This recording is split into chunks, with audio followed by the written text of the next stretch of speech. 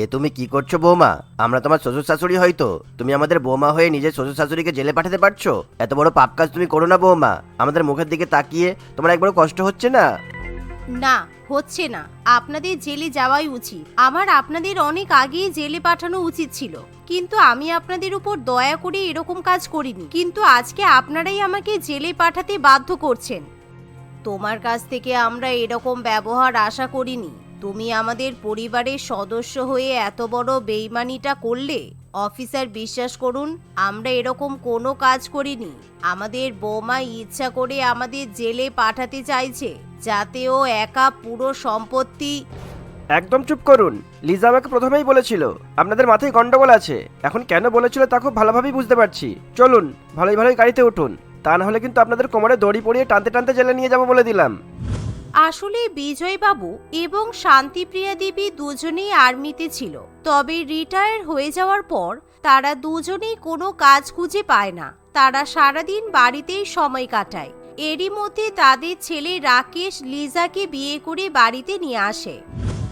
এতদিন বাড়িতে বসে বসে কি যে বোর হতাম। এখন বাড়িতে বৌমা এসেছে, আমরা বৌমার সাথে সারা দিন সময় কাটাবো, খেলাধুলা করব, এদিক ওদিক বেড়াতে যাব। রাকেশ তো খুব একটা সময় পায় না। বৌমাই আমাদের এখন এই দেশ ওই দেশ বেরিয়ে নিয়ে আসবে। হ্যাঁ, ঠিক বলেছো। আমারও তো বিদেশে যাওয়ার খুব শখ। বৌমাই আমাদের এবার বিদেশ যাত্রা করাবে। রিটায়ার হওয়ার পর সেই কবে থেকে বাড়িতে বসে আছি। বুড়ো মানুষ বলে একা একা কোথাও যেতেও তো ভয় লাগে। তুমি কি বলো বৌমা? সে কি, আপনারা আমাকে নিয়ে ঘুরতে যাওয়ার প্ল্যান করেছেন? কিন্তু আমি তো পেশায় একজন পুলিশ অফিসার, আমাকেও তো ডিউটি করতে হবে। আমার যে আপনাদেরকে নিয়ে বেড়ানোর মতো সময় নেই। তুমি তো মেয়ে মানুষ, তোমার চাকরি বাকরি করার কি দরকার? আমার ছেলে এমনিতেই তো চাকরি করে, অনেক মোটা টাকা ইনকামও করে। তার উপর আমি আর তোমার শাশুড়ি দুজনেই তো পেনশন পাই। আমরা আমাদের সব টাকা তোমাকে দিয়ে দেব, তোমাকে চাকরি করতে হবে না। শ্বশুর মশাইয়ের মুখে এরকম কথা শুনে লিজা বড্ড আশ্চর্য হয়। কিন্তু যেহেতু তখন লিজার পুলিশ স্টেশনে যাওয়ার জন্য অনেকটাই লেট হয়ে যায়, তাই সে শ্বশুর মশাইয়ের সঙ্গে কথা না বাড়িয়ে বাড়ি থেকে বেরিয়ে পড়ে। কিন্তু এতে করে বিজয়বাবুর মনে মনে খুব খারাপ লাগে। দেখেছো, বৌমা আমাদের কোনো কথার পাত্তাই দিল না। বুড়ো মানুষ বলে সবাই আমাদেরকে এখন অবহেলা করে। কোথায় ভাবলাম ছেলের বিয়ের পর ছেলে বৌমা আমাদের দেখবে, আমাদের সঙ্গে সময় কাটাবে, কিন্তু তা আর হলো না। আমাদের তো পাত্তাই দিচ্ছে না। কি আর করা যাবে, আজকালকার ছেলে মেয়েরা এরকমই। আমরা একটু বরং বাগান থেকে হেঁটে আসি, চলো। আমাদের রিটায়ারমেন্ট নেওয়াটাই ভুল হয়েছে। আরও কিছুদিন চাকরি করতে পারলেই ভালো হতো। এই বলেই তারা দুজনে নিজেদের মধ্যে গল্প করতে করতে বাগানে হাঁটতে চলে যায়। এমন সময় তারা তাদের প্রতিবেশী সন্ধ্যা দেবীর বাড়ির গাছে একটা বিশাল বড় বোলতার চাক দেখতে পায়, যা দেখে শান্তিপ্রিয়া দেবীর মাথায় একটা বুদ্ধি আসে। হ্যাঁ গো, শুনছো? তোমার মনে আছে যখন আমরা প্রথমেই বাড়িতে এসেছিলাম, ওই পাশের বাড়ির সন্ধ্যা আমাদের বাড়িতে শুধু নোংরা আর ময়লা ফেলতো? কিন্তু উপযুক্ত প্রমাণ আর সময়ের অভাবে আমরা কখনোই ওকে কিছু বলতে পারিনি। আজকে আমাদের ওর উপরে বদলা নেওয়া উচিত। ঠিকই বলেছো, আমিও তাই ভাবছিলাম কি করব না করব। আর্মিতে থাকার সময় তো এনিমিদের ঢিসকাও ঢিসকাও করে গুলি মারতাম, দারুণ লাগতো। এখন থেকে না হয় প্রতিবেশীদেরকেই জ্বালাতন করব। এই বলে বিজয়বাবু 4-5টা ঢিল সন্ধ্যা দেবীর গাছের বোলতার চাকের মধ্যে ছুঁড়ে মারে। তার মধ্যে বেশ কয়েকটা ঢিল সন্ধ্যা দেবীর কাচের জানালা ভেঙে ঘরের মধ্যে প্রবেশ করে। সেই সাথে ঢিল পড়া মাত্রই বোলতার চাক ফেটে সমস্ত বোলতা সন্ধ্যা দেবীর বাড়িতে ঢুকে যেতে শুরু করে। কিছুক্ষণের মধ্যেই সন্ধ্যা দেবীর বাড়িতে চিৎকার চেঁচামেচি শোনা যায়। ওরে বাবারে, শেষে বোলতার কামড়ে মরবো নাকি রে? ওরে, কে কোথায় আছিস বাঁচা? এসব মৌমাছি তো মেরে ফেলবে রে আমাকে।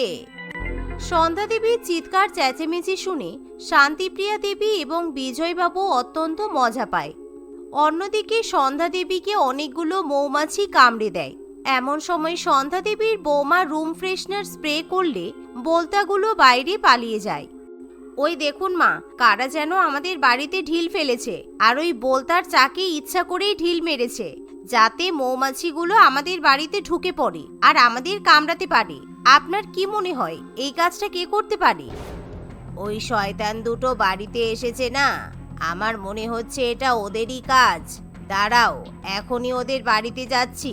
এতকাল আমাদের এখানে থাকতো না, আমরা ভালোই ছিলাম, ওরা আসতেই আবার ঝামেলা শুরু করেছে।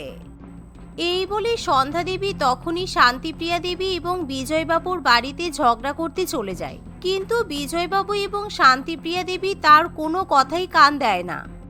তোর যদি অতই নালিশ করার থাকে তুই পুলিশ স্টেশনে গিয়ে নালিশ করে আয়, আমরা তোর কথা শোনার জন্য বাধ্য নই।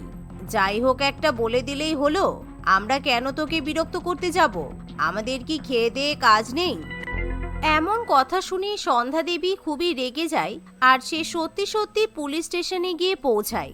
সেই পুলিশ স্টেশনের ইন্সপেক্টর ছিল লিজা।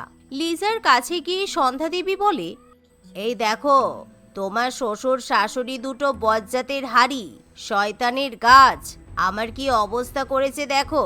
তোমার শ্বশুর শাশুড়িকে সামলে রাখতে পারো না? ওই দুটো দামড়ার দামড়ি চুল পেকে তালতলায় যেতে চললো, কিন্তু এখনো কোনো ম্যানার শিখতে পারলো না। আপনি এরকম ভাবে বলছেন কেন? আমার শাশুড়ি মা শ্বশুর মশাই কি এমন করেছে যে আপনি ওনাদের নামে কমপ্লেন করতে এসেছেন? ওনারা কি আপনাকে মেরে মেরে আপনার চোখ মুখের অবস্থা এরকম করে দিয়েছে নাকি? মরণ, তুমি কি কানা? তোমার শ্বশুর আর শাশুড়ি দুজনে মিলে আমার বলতার চাকে ঢিল মেরেছে। ঢিলগুলো আমি সাথে করে নিয়েও এসেছি। তুমি এখনই আমার সাথে চলো, তোমার শ্বশুর শাশুড়িকে অ্যারেস্ট করবে, তা না হলে আমি কিন্তু উপর মহলে যাব।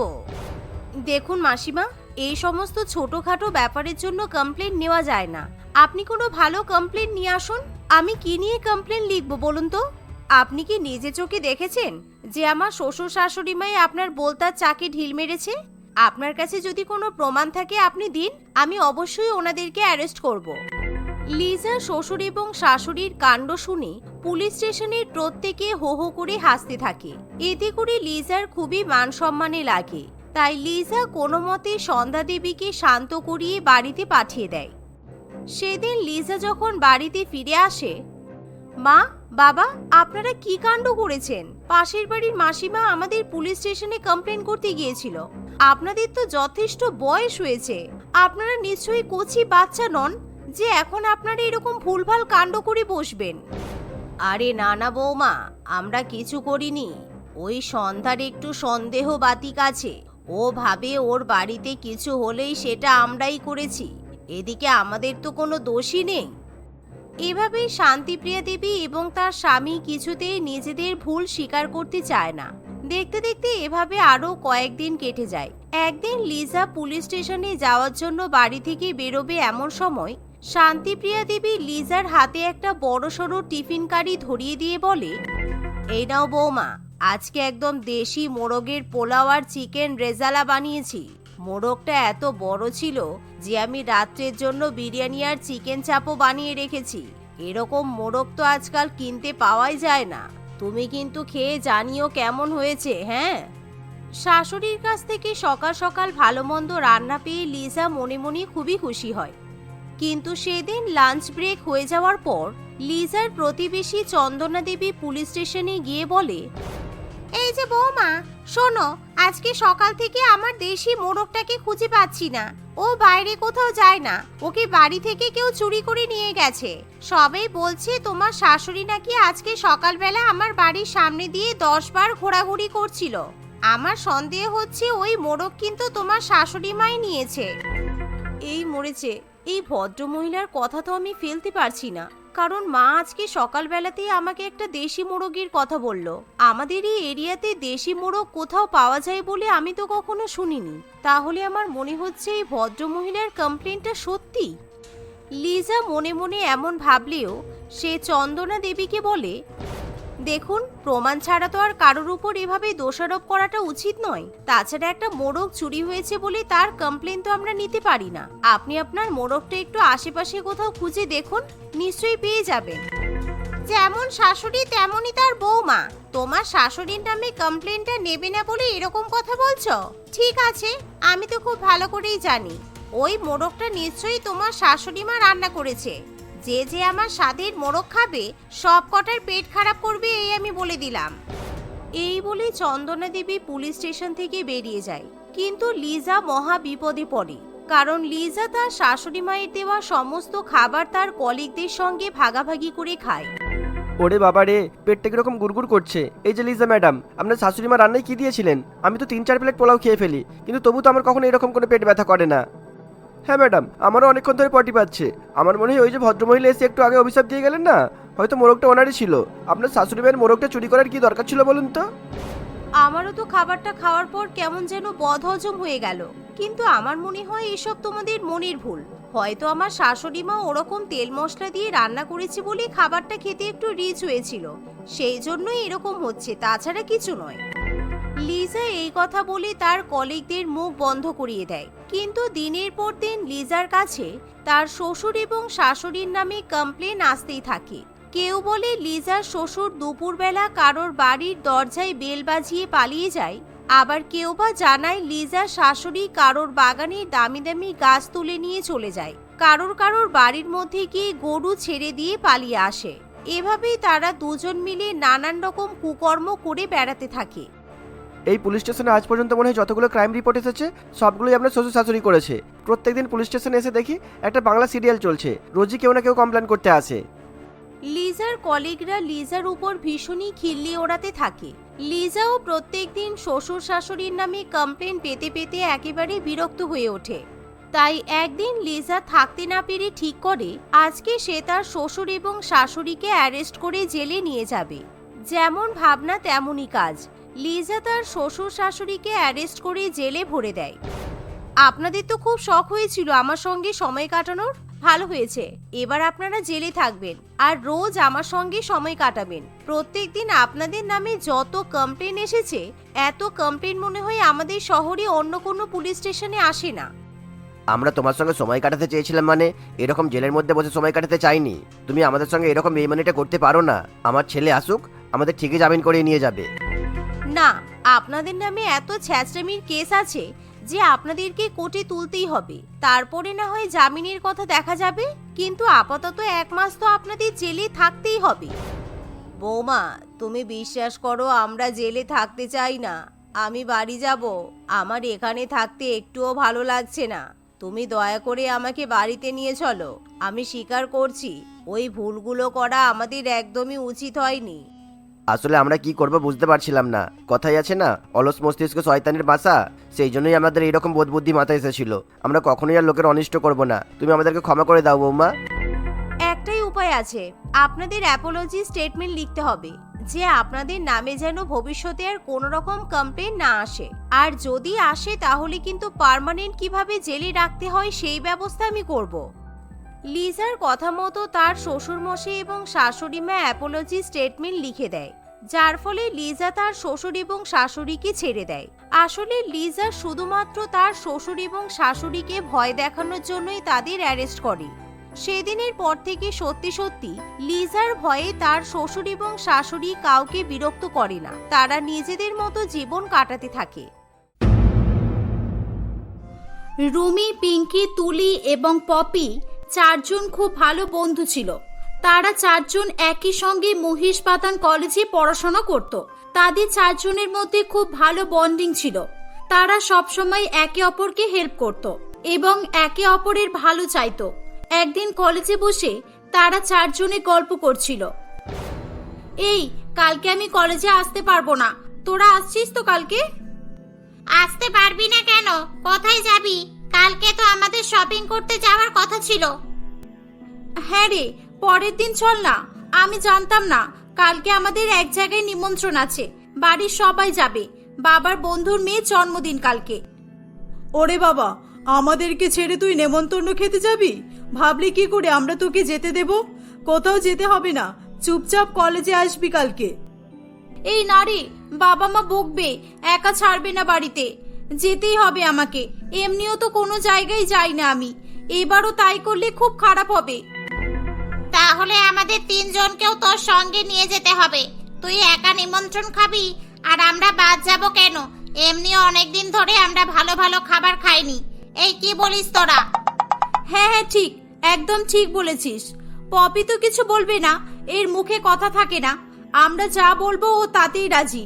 তাহলে বল রুমি, কখন কোথায় যেতে হবে? এই না না, আমি তোদেরকে কি করে নিয়ে যাব? পাগল নাকি? যদি কেউ তোদের চিনে ফেলে কি ভাববে বলতো? যে উইদাউট ইনভাইটেশন গিলতে চলে এসেছে। যে যা ভাবে ভাবুক, তাতে কি, আমরা যাব আর চুপচাপ খেয়ে বেরিয়ে আসব।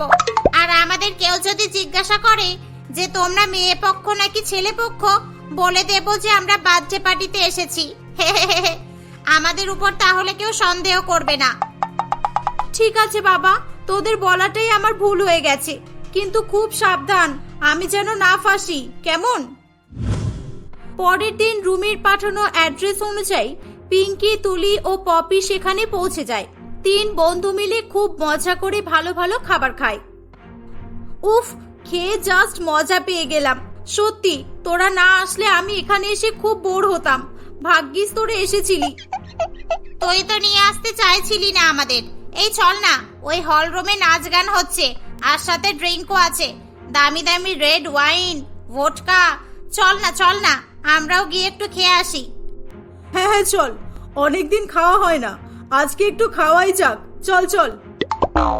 এই না, আমি যাব না ওখানে। আমি তোদের মতো মদ খাই না রে।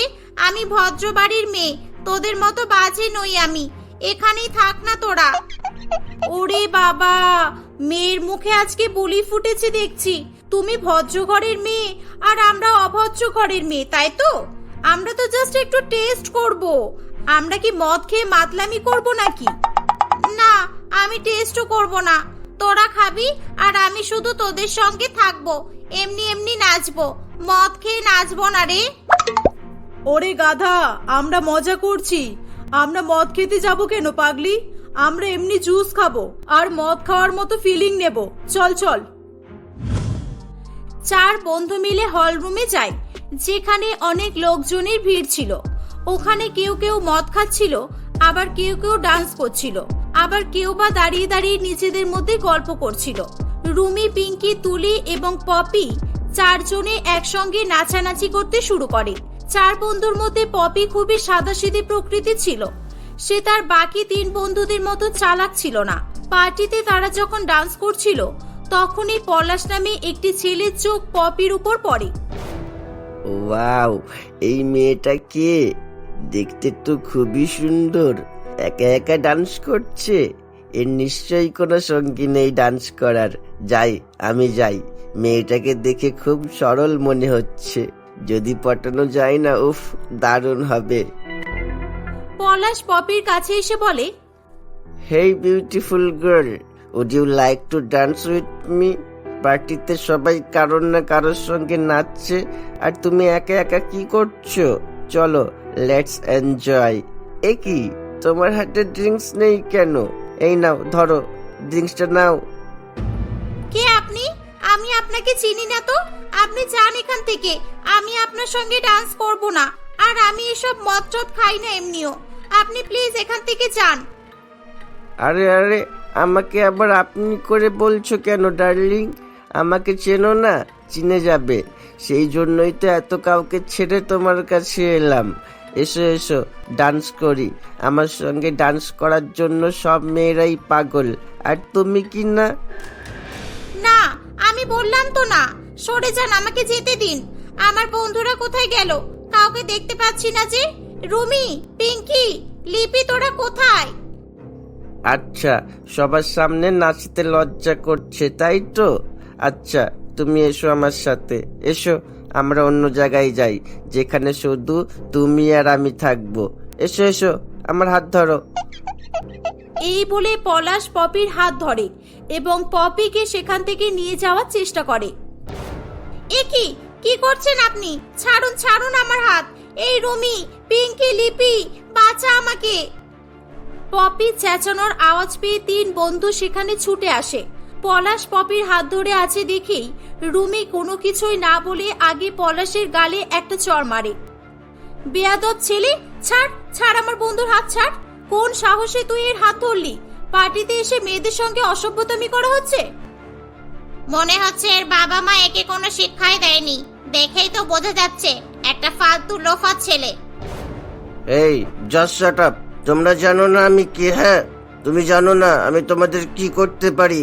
তোমরা আমার গায়ে হাত তুলেছো, এর প্রতিশোধ আমি নিয়েই ছাড়বো। হ্যাঁ, যা যা ভাগ। কি করবি দেখে নেব। নিজেকে গুন্ডা ভাবছে। পপি খুব ভয় পেয়ে গিয়ে একইভাবে কেঁদেই যাচ্ছিল। তার 3 বন্ধু মিলে তাকে বুঝিয়ে শান্ত করে। এভাবেই 3 বন্ধু একে অপরের বিপদের সময় পাশে থাকতো। রুমি পলাশকে চড় মেরেছিল বলে সে খুব রেগেছিল। বাড়িতে গিয়ে সে শুধুই পার্টির ওই ঘটনার কথা মনে করতে থাকে।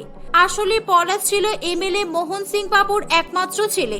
পলাশ ছোটবেলা থেকে বিগড়ে গিয়েছিল। সে কাউকেই তেমন ভয় পেত না। বাইরে ঘাটে সবসময় সে নিজের ইচ্ছা মতো উল্টোপাল্টা কাজ করে বেড়াতো। আর তার বাবার আশকারাই তাকে এমন খারাপ ছেলেতে পরিণত করেছিল। আমার গালে চড় মারা, আমিও ছাড়বো না ওদেরকে। ওরা কারা, কোথায় থাকে, আমাকে সেটা আগে খুঁজে বের করতেই হবে। বেশ কয়েকদিন কেটে যায়। একদিন কলেজ ক্যান্টিনে 4 বন্ধু বসে টিফিন খাচ্ছিল। এই আমার স্কলারশিপের টাকা অ্যাকাউন্টে ক্রেডিট হয়ে গেছে। আমিও না তোদের মতো এবার বাড়িতে কিচ্ছু জানাইনি। বল কবে শপিং করতে যাবি? আমার তো অনেক আগেই টাকা চলে এসেছিল, তোদের জন্য অপেক্ষা করছিলাম। চল আজকেই চল না, সবার তো টাকা চলে এসেছে, আর অপেক্ষা কিসের?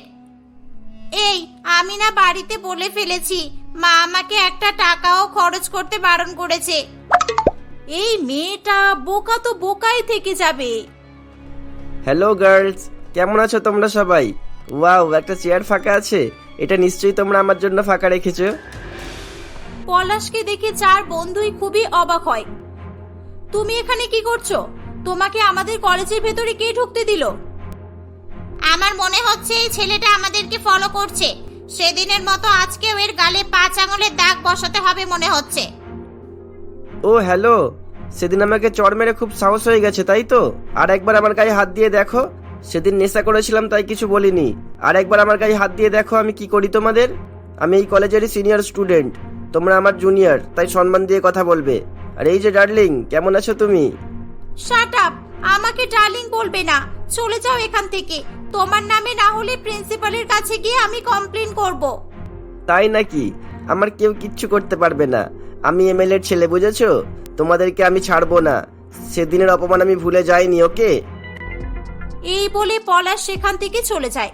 কিছুদিন পর তাদের কলেজে মেয়েদের একটা ফ্যান্সি ড্রেস কম্পিটিশন প্রোগ্রামের আয়োজন করা হয়, যেখানে কলেজের সমস্ত মেয়েরা নানান রকম ফ্যাশনেবল ড্রেস পরে উপস্থিত হয়েছিল।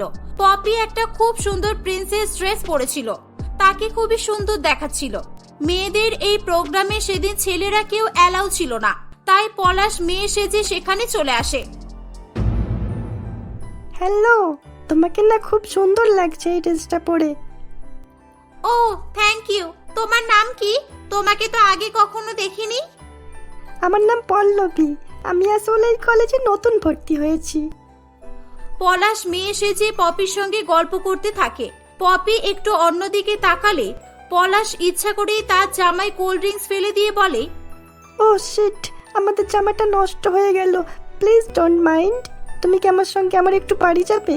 আমার বাড়ি এই কাছেই। প্লিজ চলো, আমি তোমার জামাটা ক্লিন করে দেব।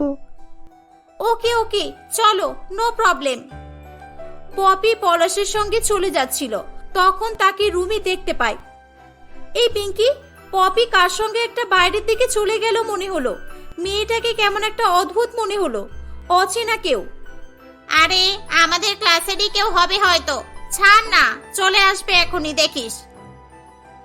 পলাশ তার কারে করে পপিকে তাদের এক ফাঁকা ফ্ল্যাটে নিয়ে যায়। এসো এসো, ভিতরে এসো। তুমি বসো, আমি আসছি এখনই। হ্যাঁ হ্যাঁ ঠিক আছে, তুমি যাও চেঞ্জ করে নাও। এই যা, আমি তো চলে এলাম। আমার বন্ধুদেরকে তো বলা হলো না, ওদের একটা মেসেজ করে দিই আর এখানকার লোকেশনও পাঠিয়ে দিই। এই হয়ে গেল। পলাশ কিছুক্ষণ পর 2টো কোল্ড ড্রিঙ্কস নিয়ে আসে। সে পপির কোল্ড ড্রিঙ্কসে অজ্ঞান হয়ে যাওয়ার ওষুধ মিশিয়ে নিয়ে এসেছিল। এই নাও পপি, খেয়ে নাও। আরে না না, এসবের কি দরকার ছিল? আমি এসব খাবো না। তুমি ড্রেস চেঞ্জ করছো না কেন? চলো, আমাদের দেরি হচ্ছে তো, প্রোগ্রাম শুরু হয়ে যাবে। খাবে না কেন? খাও না, খাও, আমি খাইয়ে দিচ্ছি। নাও নাও, হ্যাঁ করো। পলাশ জোর করে পপিকে কোল্ড ড্রিঙ্কস খাওয়াতে চায়। পপির ব্যাপারটা যেন ঠিক বলে মনে হয় না। সে পলাশকে জোরে একটা ধাক্কা মেরে দেয়। পলাশের মাথা থেকে মেয়েদের বড় চুলের উইগটা খুলে পড়ে যায়। পপি তাকে চিনতে পেরে অবাক হয়ে যায়। পলাশ, তুমি তুমি তাহলে মেয়ে সেজে? হ্যাঁ আমি। আর আজকে আমার হাত থেকে তোমাকে কেউ বাঁচাতে পারবে না। কই তোমার বন্ধু রুমি, পিঙ্কি, তুলি কোথায়? কোথায় ওরা? ডাকো ওদের, ডাকো। পলাশ পপির সঙ্গে বাজে ব্যবহার করার চেষ্টা করে। পপি ভয়ে চিৎকার করে কাঁদতে থাকে। তখনই সেখানে রুমি, পিঙ্কি ও লিপি পুলিশ নিয়ে এসে উপস্থিত হয়। সবার সামনে রুমি আবার পলাশের গালে চড় মেরে বলে, কি মনে করো তুমি নিজেকে? হ্যাঁ, এমএলএ ছেলে বলে আমরা ভয় পেয়ে যাব, আর আমরা মেয়ে বলে কিছু করতে পারবো না? অফিসার, নিয়ে যান একে। পপি, তুই ভাগ্যিস লোকেশনটা পাঠিয়েছিলিস, না হলে কি যে হতো। তুই এত বোকামি কেন করিস বলতো? এভাবেই 3 বন্ধু মিলে আবারও পপিকে বিপদের হাত থেকে রক্ষা করে। পপি ধীরে ধীরে তার বন্ধুদের সঙ্গে থাকতে থাকতে চালাক হয়ে ওঠে। এভাবেই তাদের বন্ধুত্বের সম্পর্ক চির রঙিন থেকে যায়।